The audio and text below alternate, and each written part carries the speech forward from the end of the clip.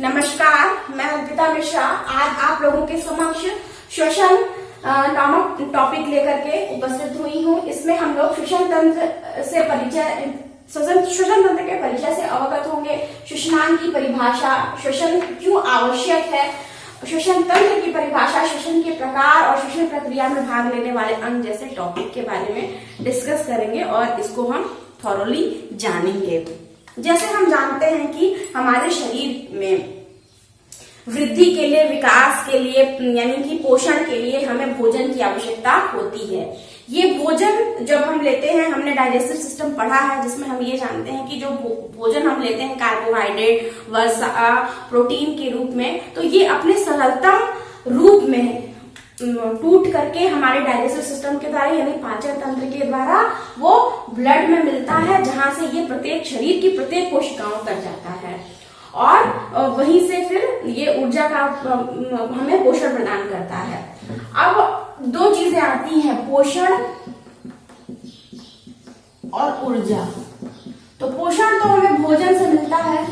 अब ऊर्जा, तो ऊर्जा के लिए जिस प्रकार से हम बाहर के वातावरण पर डिपेंड करते हैं अपने पोषण के लिए, भोजन के लिए, उसी प्रकार इसी भोजन से हमें ऊर्जा भी प्राप्त होती है जिसका हम अपने दैनिक जीवन में उपयोग करते हैं। अब बात आती है कि जैसे हम जानते हैं कि इस संसार में एक कोशिका से बने हुए जीव भी हैं और बहु कोशिकाओं से भी बने हुए जीव हैं। मतलब जीव जो है वो यानी ऑर्गेनिज्म जो है वो दो प्रकार के होते हैं, एक कोशिकीय और बहुकोशिकीय। हम श्वसनांगों की बात कर रहे हैं, श्वसनांग की परिभाषा पे हम आ रहे हैं, इसलिए हम इसको समझा रहे हैं कि जीव जो है वो दो तरह के होते हैं, एक कोशिकीय जीव और बहुकोशिकीय जीव। एक कोशिकीय यानी कि यूनिसेलुलर, इसको हम प्रोटोजोआ भी कहते हैं, और ये मल्टी सेलुलर जिसको हम मेटाजोआ भी कहते हैं। तो अब यहाँ पे हम निम्न मेटाजोआ और प्रोटोजोआ की बात करते हैं। तो ये लोग जो मतलब जिस ऊर्जा की हम प्राप्त करते हैं, तो इस ऊर्जा में सबसे इंपॉर्टेंट एक चीज आती है, वो है गैसीय विनिमय। गैसीय विनिमय मतलब कि जो भोजन हम लेते हैं उसके जारण के लिए हमें गैसों की आवश्यकता होती है, जिसको हम ऑक्सीजन कहते हैं। और फिर जब ये भोजन जल के ऊर्जा प्रदान करता है तो उसमें से एक दूसरी गैस निकलती है जिसको हम CO2 कहते हैं। तो CO2 का शरीर से बाहर आना और O2 का शरीर के अंदर, CO2 का शरीर से बाहर आना और O2 का शरीर के अंदर जाना, ये जो है वो गैसीय विनिमय कहलाता है। गैसियस एक्सचेंज के नाम से भी हम इसको जानते हैं। तो जो एक कोशिकीय जीव होते हैं, इनका पूरा शरीर जो है वो एक कोशिका से मिलकर बना होता है। जैसे ये मैं एक अमीबा ड्रॉ कर रही हूँ, तो इसमें जो होता है, इनका जो श्वसन होता है या गैसियस विनिमय होता है, इनकी सरफेस से होता है। जैसे ये CO2 बाहर हो रहा है, ये O2 का इंटेक अंदर की तरफ हो रहा है। इसी प्रकार से जो सिंपल मल्टी सेलुलर एनिमल होते हैं या मेटाजोआ होते हैं, इनमें भी शरीर के सरफेस से ही होता है, CO2 बाहर आना और O2 का अंदर जाना।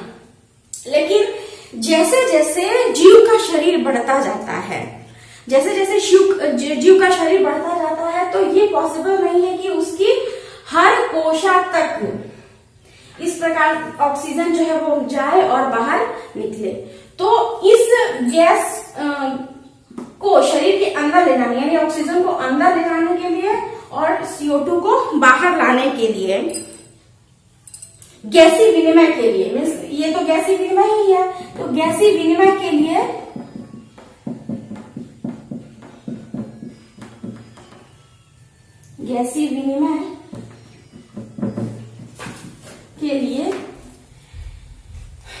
बहुकोशिकीय जीवों में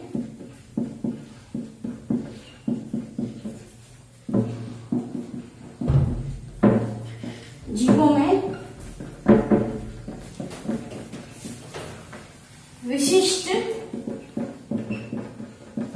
अंग होते हैं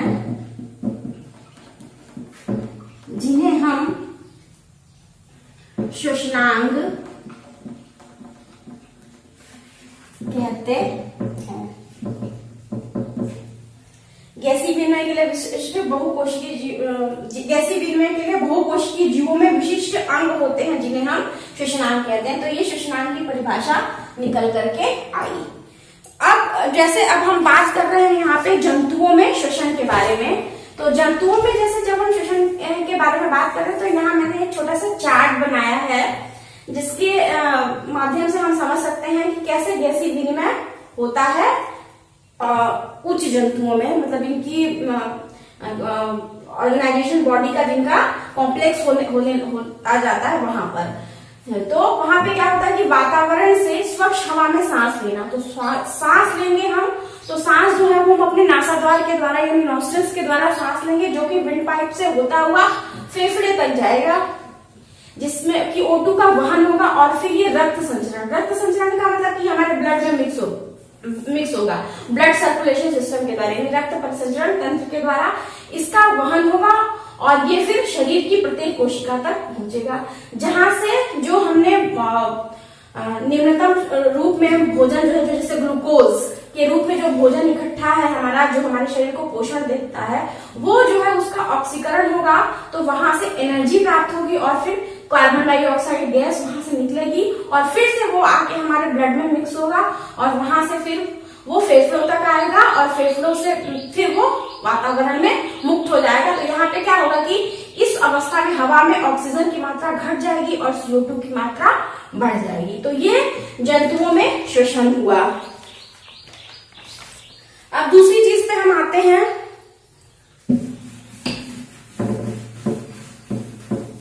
श्वसनाएं हमने जान लिया कि जो गैसीय विनिमय के लिए जो बहुकोशिकीय जीव होते हैं उनमें विशिष्ट अंग होते हैं जिन्हें हम श्वसनांग कहते हैं। जैसे ये श्वसनांग कौन कौन से हो गए हमारा नॉस्ट्रिल हो गया, नासाद्वार जिसको नासाद्वार बोलते हैं हिंदी में हम, उसके बाद से हमारा विंड पाइप हो गई, हमारा लंग्स हो गए और डायफ्राम हो गया हमारा। तो ये सारा मतलब ये श्वसनांग सारे हो गए। अब आती है श्वसन तंत्र की। श्वसन तंत्र क्या होता है? तो श्वसन तंत्र की परिभाषा हम इस तरह से बोल सकते हैं कि श्वसनांग, जितने भी श्वसनांग हैं, श्वसनांग एक साथ मिल करके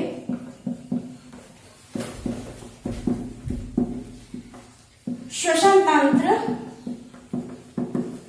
या रेस्पिरेटरी सिस्टम का निर्माण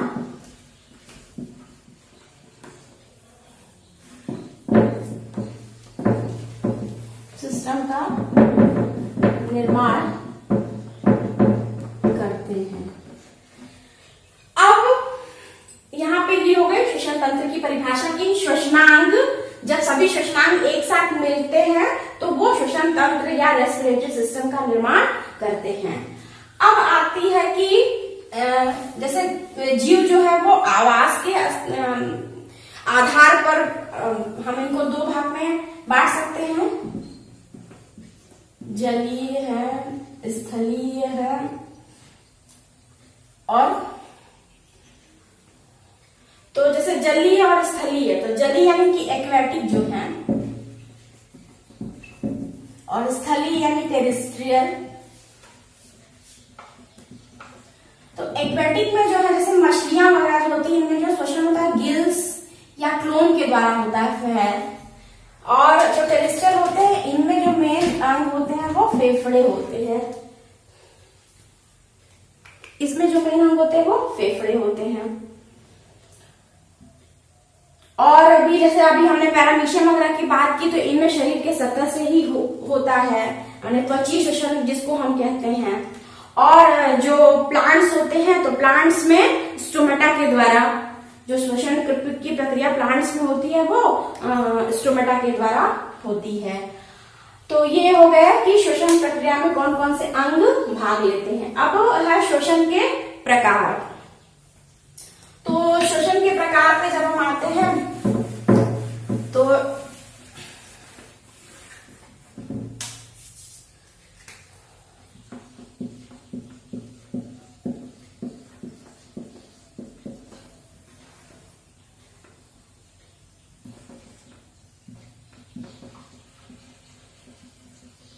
एनारोबिक और एरोबिक, माने रेस्पिरेशन जो है वो दो प्रकार का हुआ। एरोबिक यानी एनारोबिक यानी कि अनऑक्सी, और एरोबिक यानी कि ऑक्सी। यानी अनऑक्सीडेशन क्या है कि ये एब्सेंस ऑफ ऑक्सीजन,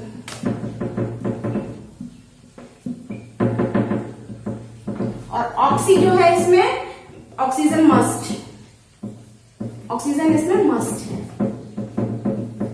मतलब कि जो श्वसन के प्रकार पे जब हम आते हैं तो श्वसन जो है ये दो प्रकार का हुआ, एनारोबिक और एरोबिक। एनारोबिक मतलब अनऑक्सी, मतलब ऐसा श्वसन जिसमें कि ऑक्सीजन की अनुपस्थिति होगी, मतलब इसमें ऑक्सीजन की आवश्यकता नहीं होगी, जो ईस्ट में होता है।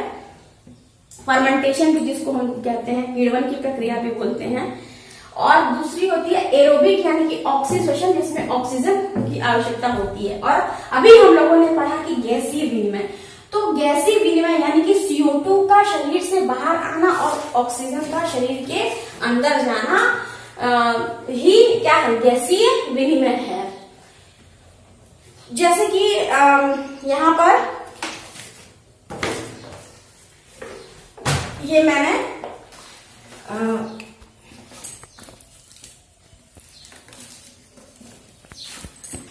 मनुष्य का रेस्पिरेटरी सिस्टम बना के रखा हुआ है, जिसको आप देख सकते हैं। जैसे इसमें यहाँ पे है कि नासा गुहा, नासा गुहा यानी कि जो हमारी नासा द्वार यानी जो हमारा नॉस्ट्रल्स है, नॉस्ट्रल्स की ओपनिंग, उसके बाद नासा गुहा यानी नेजल कैविटी, और मुख गुहा यानी कि बकल कैविटी, उसके बाद से श्वास नली, श्वास नली यानी कि ट्रैकिया, और ये ग्रसनी, ग्रसनी को दिखा रहा है जो कि हमारे डाइजेस्टिव सिस्टम का पार्ट है। उसके बाद से ये हमारे दो फेफड़े हैं, और ये सब ब्रैंक्यूल्स हैं, यहाँ पे आप देख रहे हैं, और यहाँ पे ये डायफ्राम है। तो ये हमारा पूरा लंग्स हुआ, पूरा रेस्पिरेटरी सिस्टम हुआ हमारा, सॉरी। और ये देखिए मैं इसका मैं आपको दिखा सकती हूँ इसको, इसका वर्किंग मॉडल है ये रेस्पिरेटरी सिस्टम का।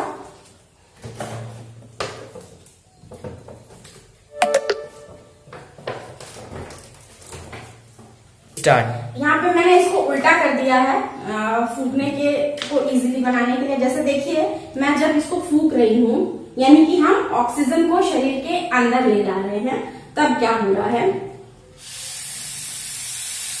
हमारे लंग्स फूल रहे हैं और डायफ्राम हमारा नीचे की तरफ जाएगा। तो उस स्थिति में ऑक्सीजन जो है वो शरीर के अंदर गया, और जब हम उसको वापस छोड़ते हैं तो ये क्या हो रहा है कि हवा जो है बाहर की तरफ आ रही है और डायफ्राम जो है वो नीचे ऊपर की तरफ जाएगा। तो इस तरह से ये वर्किंग मॉडल हुआ लंग्स का।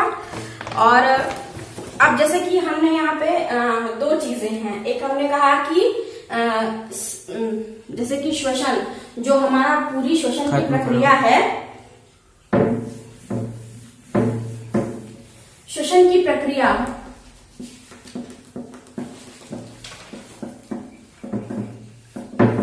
इसको हम दो भागों में बांट सकते हैं। दो भागों में कैसे बांट सकते हैं, जैसे कि सांस लेना और छोड़ना।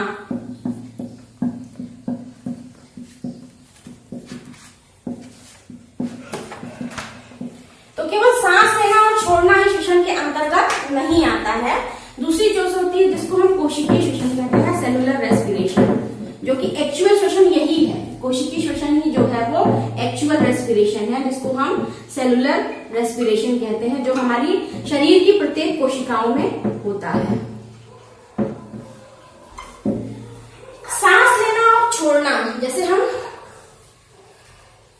सांस ले रहे हैं और फिर सांस को छोड़ रहे हैं, तो सांस लेना और छोड़ना इसको हम अंतःश्वसन और उच्छ्वसन के नाम से जानते हैं। इसको मतलब नॉर्मली हम इसको ब्रीदिंग के नाम से जानेंगे। एक्चुअली ये क्या है, ब्रीदिंग है, मतलब कि ऑक्सीजन को शरीर के अंदर ले जाना, ये हमारा अंतःश्वसन कहला जाएगा।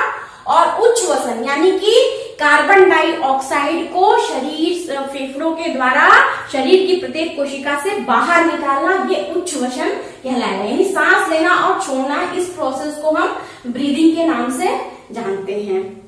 दूसरी आती है बात कोशिकीय श्वसन, जो कि हम जान रहे हैं कि हम लोग मल्टी सेलुलर ऑर्गेनिज्म है या और भी दूसरे जीव जो बहुत सारी कोशिकाओं से मिलकर बने होते हैं। तो प्रत्येक कोशिका में जो श्वसन होता है, यानी प्रत्येक कोशिका के अंदर जो ऑक्सीकरण की प्रक्रिया होती है, जो ग्लूकोज का जारण होता है, वो एक्चुअल में जो उसी को हम सेलुलर रेस्पिरेशन के नाम से जानते हैं। तो ये टोटली जो है ये रासायनिक प्रक्रिया होती है। और ये फिजिकल भौतिक क्रिया है। ये भौतिक प्रक्रिया है। इसमें हम इसके अंतर को भी स्पष्ट करते चल रहे हैं कि ये यांत्रिक क्रिया है, यानी ये भौतिक प्रक्रिया यानी यांत्रिक प्रक्रिया, इसको हम कहेंगे भौतिक प्रक्रिया या यांत्रिक प्रक्रिया के नाम से हम इसको जानेंगे। और दूसरा ये जो है हमारा कोशिकीय श्वसन या सेलुलर रेस्पिरेशन जो है वो रासायनिक प्रक्रिया कहलाएगा। उसके बाद दूसरी चीज आती है कि ये जो होता है अंतःश्वसन और उच्छ्वसन, ये शरीर की कोशिकाओं से बाहर होता है, और ये जो होता है वो शरीर की प्रत्येक कोशिका के अंदर होता है। दूसरी बात कि जब हम अंतःश्वसन और उच्छ्वसन करते हैं तो हमारी जो शरीर की जो ऊर्जा होती है वो खर्च होती है। माने श्वसन के अंतर्गत जो ऊर्जा बनती है पूरे शरीर के हर काम को करने के लिए, उसी प्रकार से इसके लिए भी ऊर्जा की आवश्यकता होती है। माने ये यांत्रिक प्रक्रिया जो है अंतःश्वसन और उच्छ्वसन, इसके लिए हमें ऊर्जा की आवश्यकता होती है। मतलब हम इसमें अपने शरीर से बनी हुई ऊर्जा को खर्च करते हैं। और इसके उल्टा जो कोशिकीय श्वसन होता है, जो कि एक रासायनिक प्रक्रिया है, इसके अंतर्गत हम ऊर्जा का निर्माण करते हैं। अब इसको हम समीकरण के माध्यम से कैसे समझ सकते हैं?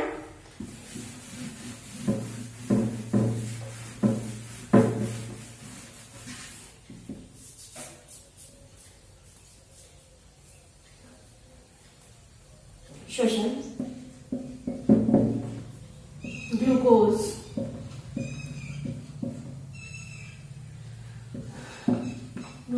यानी C6H12O6 plus oxygen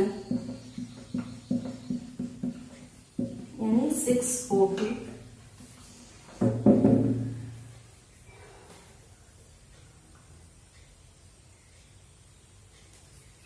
6CO2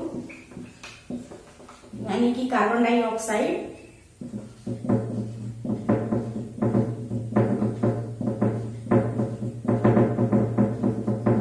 plus 6H2O यानी कि वाटर या वाष्प, जो भी आप कहिए इसको, पानी, जल, और प्लस ऊर्जा यानी कि एनर्जी। तो ये केमिकल रिएक्शन, इसको श्वसन को हम इस प्रकार से शो कर सकते हैं। और ये एनर्जी जो है वो हालांकि ये मतलब हाई की चीज है, हाई क्लासेस की, लेकिन मैं बता दें एटीपी के रूप में ये एनर्जी मुक्त होती है। एटीपी यानी एडिनोसिन ट्राइफॉस्फेट। और इसी ऊर्जा का प्रयोग हम अपने शरीर के विभिन्न गतिविधियों को चलाने के लिए करते हैं। तो आज बस इतना ही। कल हम लोग इसमें और भी श्वसन से संबंधित और भी बारीकियों के बारे में हम लोग कल जानेंगे। धन्यवाद।